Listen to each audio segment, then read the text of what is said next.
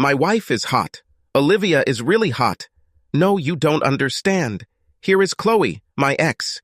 She can rightfully be called a hot woman. She's wild about sex. She screams, scratches, and curses.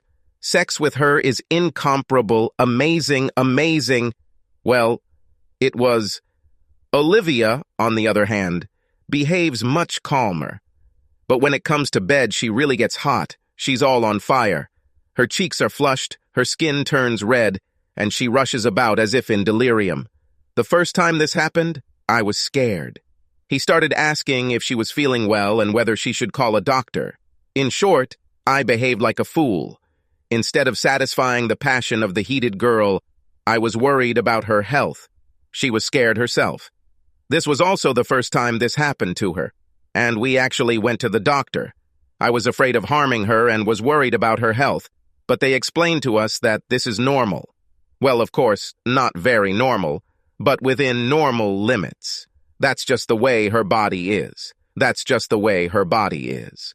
Now, when she gets hot, I know she's ready. Throughout the entire process, I try to make Olivia feel comfortable. I don't crush her with my 150 pounds, but lean on my elbows and knees, kissing her lightly. But at the very end, in order for it to reach the top and explode on it, you need to lie down. Then, oh. Then she rushes about like a bird in a snare, moos, and sometimes bites. If you think Olivia is the perfect woman, don't be fooled. If she gets something into her head, even the most obvious stupidity, then even a bulldozer will not be able to move Levy from her position. In such cases, I refuse to argue and give in to her. The lack of resistance has a somewhat sobering effect on my Pishechka, and she, more often than not, admits her mistake. She also smells like pear. I've never been interested in the name of her perfume, but Livy very accurately chose her scent, dim, not persistent, non-aggressive, but exactly what it should be. Peculiar only to her, soft and thin. Out of millions of women, I can unmistakably recognize her by her smell. Why do I remember such moments, essentially little things? Probably because I love Olive. I'm crazy about this woman, and if we ever have to part, then I simply will not live without her. And, yes, she is my wife, and we have a daughter, Eileen. She is 4 months old and has already started to sit up on her own. Eileen is the most important part of our lives. Then comes our intimacy with each other, and after, everything else, in order of importance. When I kicked my wife out of the house, Olive started to leave too. I went into her room, and she was packing the system unit of her PC into a large bag. "Olivia," I asked her, "what are you doing?" "I'm packing my things," she sighed. "Why are you packing things? Am I chasing you?" "Well, after Chloe won't live here anymore." "Olive, you're not bothering me at all. I hope I'm not causing you any trouble either. Think carefully. Where will you go? Back to Mom. In Duevest, in this outback. There's probably no internet there either. How will you work there?" I don't know." And just tears. She was 21 years old then. But, in essence, he is still just a child. I hugged her. "Girl, you have nothing to do with what your aunt did. Forgive me for accusing you, for shouting. It just hurt me. It hurt a lot. But in fact, you are not to blame for anything. Stay, I beg you. There is enough grief in this house for one more person to suffer." "Well, are you staying?" She nodded in agreement without raising her head. "Very well. Sort out your luggage, pack up your computer, and while I go make us some scrambled eggs and bacon." Scrambled eggs and bacon were probably the only food I knew how to make. "Don't," Olivia said quietly. "You keep drying out the bacon. I'll cook something myself." And she went to the kitchen. That evening we ate meat in French style. Very tasty, by the way. When I kicked Chloe out of the house, "No, but what did you want?" I caught her in her own bedroom with her colleague Macon Deacons. They worked at the Independent Regional Hospital. Chloe is a hospital administrator, and Macon is an aspiring practicing surgeon. The guy is 4 years younger than her and me. My wife started having a midlife crisis a bit early. I hit her lover twice in the face. He fell and passed out. Severe concussion. Chloe screamed like a siren. She didn't say anything. She just roared so loudly that I wanted to turn down the volume. The police and doctors arrived. Macon was taken to his own hospital, and I was taken to the police station. The next day, the court set my bail in the amount of $5,000, and I left the same day. Mom contributed money. I was given an order not to leave the city until the investigation was completed. You would think, where the hell am I going to leave him? I have 2 high-rise buildings being built in the center, commissioned by the municipality. My mother, my mom is something. She was part of the leadership team of the third wave feminist movement from its very beginning. That is, since the 90s. The third wave of the women's protest movement had slogans and demands that were completely abstruse. Nobody understood them.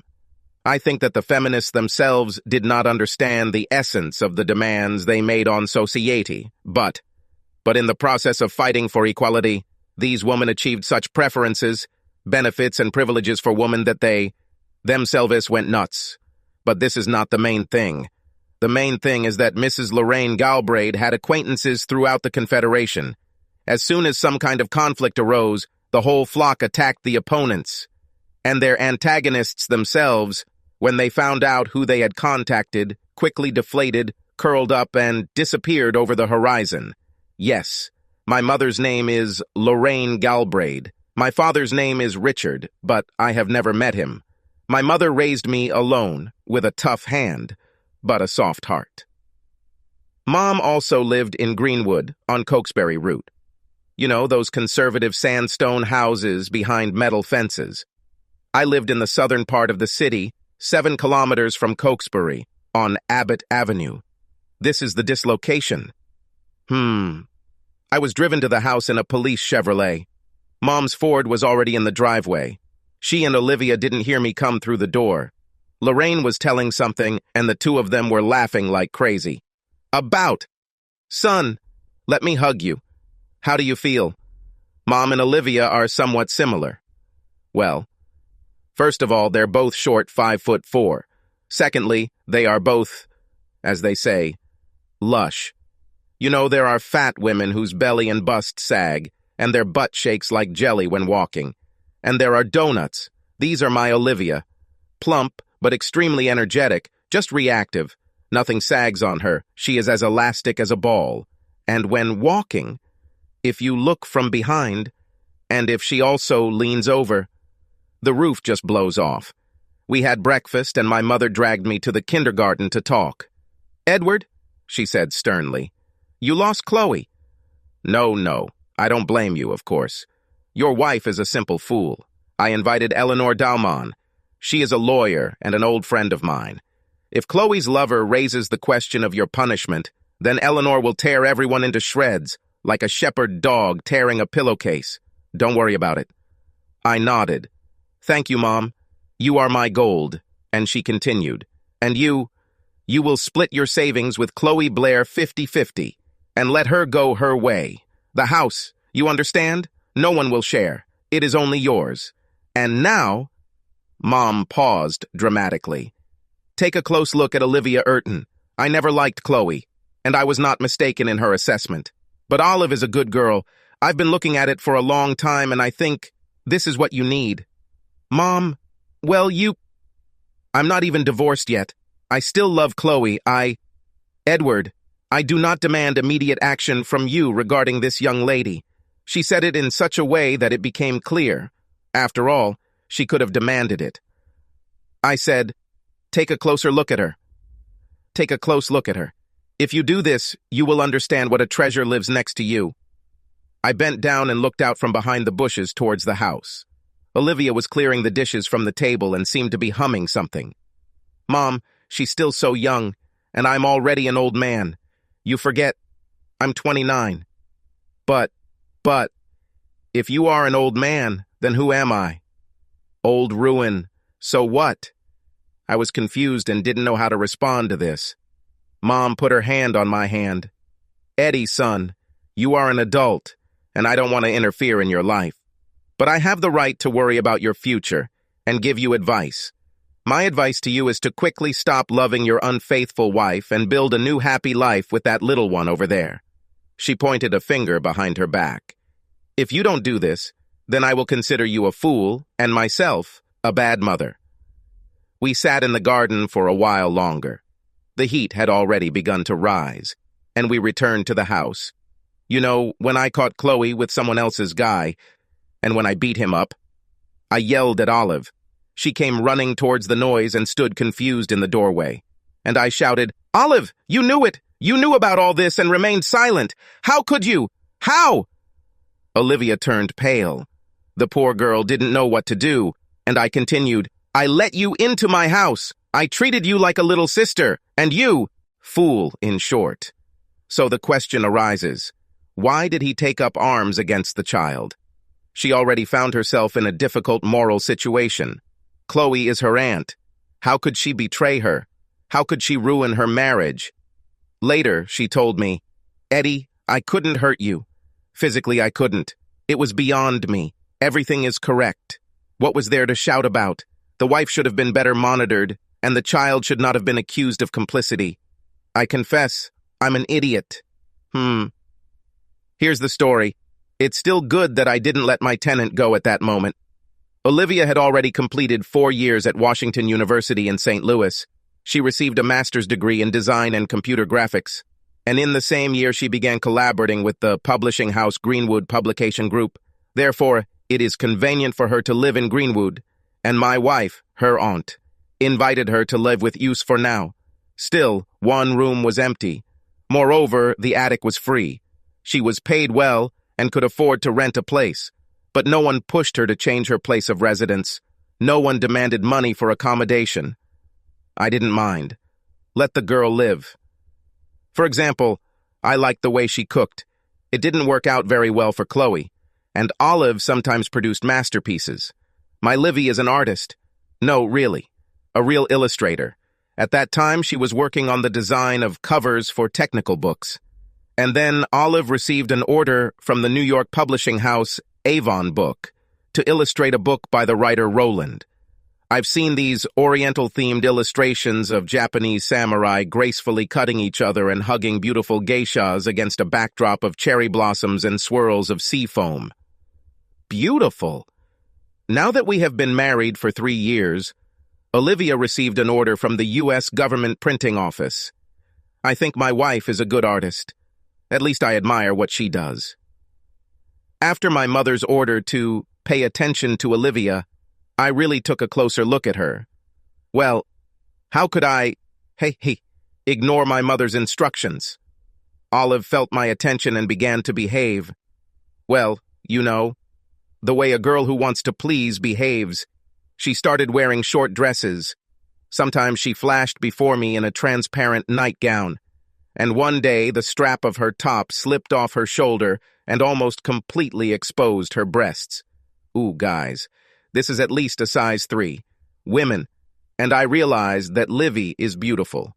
Not the brilliant beauty of socialites, not the seductive charm of ladies of high society.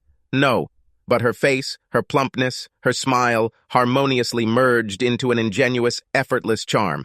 And I loved her. The sheets are not yet cold from my first wife, and I have already given my heart to another woman. I guess I'm a dog. One day, it was in November, there was a rainstorm outside the window and I was lying in my bed with a book in my hands. Olivia, wearing a see-through nightie, stood at the open door and hesitated. Classic situation. Night, thunderstorm, woman is scared. Olivia, forgive me for my tactlessness, but tell me, do you want to sleep in my arms? Yes, just like that. He asked frankly and directly. Olive blushed, then turned pale, then tried to say something. I patted the bed next to me. Or here, my joy. And she carefully lay down, put her head on my shoulder and pressed her whole body. Olivia loves to kiss. She loves this process. She just melts from hugs and kisses. With ecstasy, she falls to my lips, which seek her lips, and is thrilled, thrilled, thrilled. I once, completely by accident, timed it. We kissed incessantly for 22 minutes. And then, during a thunderstorm, she pulled away from my lips and whispered hotly, "Eddie, I love you. I want you. I've loved you for a long time. All. My heart belonged to little Olivia." At that moment, I did not know that some problems awaited me. We kissed like teenagers, but when I took more decisive action, Olivia panicked. "No, Eddie, no. Don't. Please." At first, I was angry. Did the girl decide to give me a boost? But after a second, I realized what was going on. "Liv, baby, haven't you had a man yet?" She sighed convulsively and shook her head slightly. "Livy, my sunshine, are you a girl?" "Yes. Sorry. I'm afraid." I collapsed back onto my pillow and tried to calm down. Olivia lay as quiet as a mouse. "Livy," I began, "I don't want to hurt you. And I will never hurt you. Can I just kiss you?" Liv sat up and readily took off her shirt, and I kissed her all over, taking her to the top twice.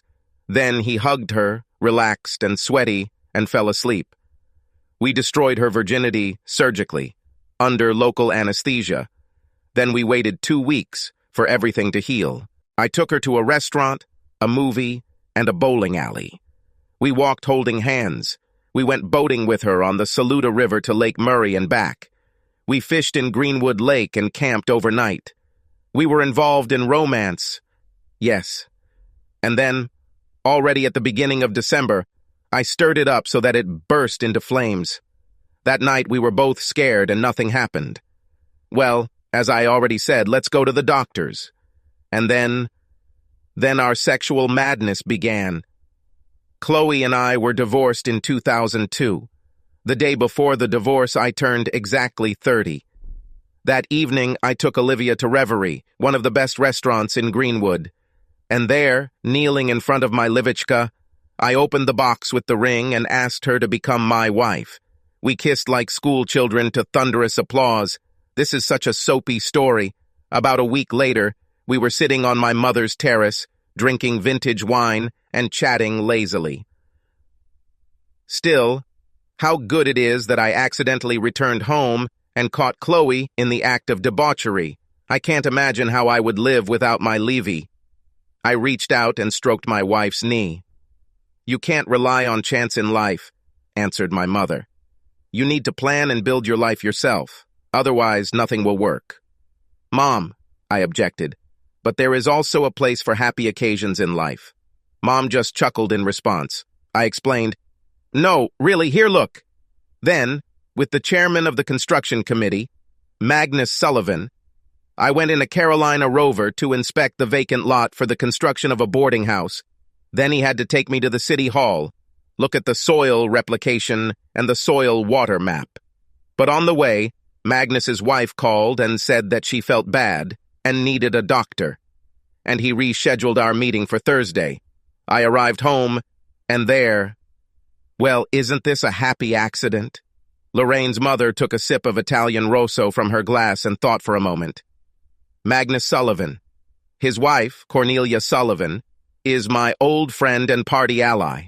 I called her... Well, she couldn't refuse me such a small request.